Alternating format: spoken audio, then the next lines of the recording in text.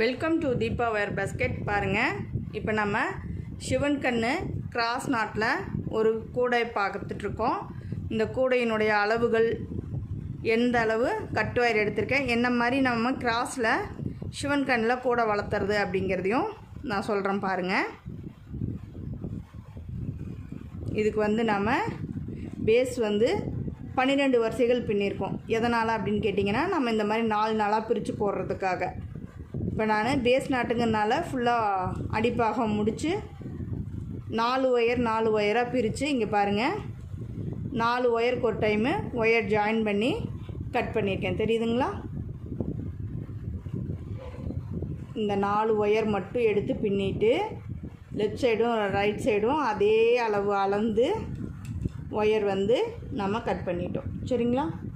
இந்த அளவுக்கு நம்ம கட் பண்ணியிருக்கோம். பாருங்கள், ஒரே அளவு வச்சு அளந்து நம்ம ஜாயின் பண்ணிவிட்டு கட் பண்ணிட்டோம். இந்த 4 ஒயர் மட்டும் நம்ம பின்னியிருக்கோம்.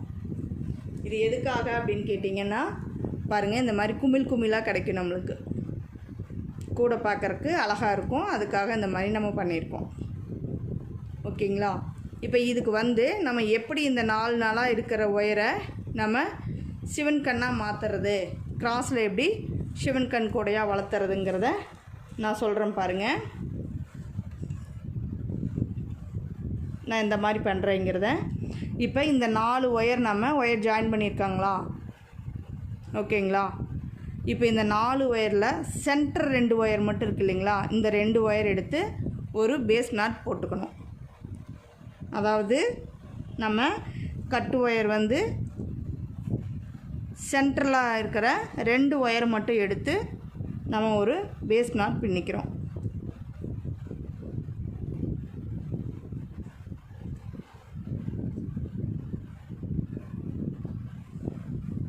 தெரியுதுங்களா? இப்படி பேஸ் நாட் நம்ம பின்னிக்கணும். அடுத்தது பார்த்திங்கன்னா, இந்த வலது கை பக்கமாக இருக்குது இல்லைங்களா, ரைட் சைடு, இந்த ஒயர், இந்த கட்டு ஒயர் இருக்குது இல்லைங்களா, இந்த கட்டு ஒயரை இப்படி இடது கை பக்கமாக லூப் மாதிரி இப்படி மடிச்சுக்கோங்க.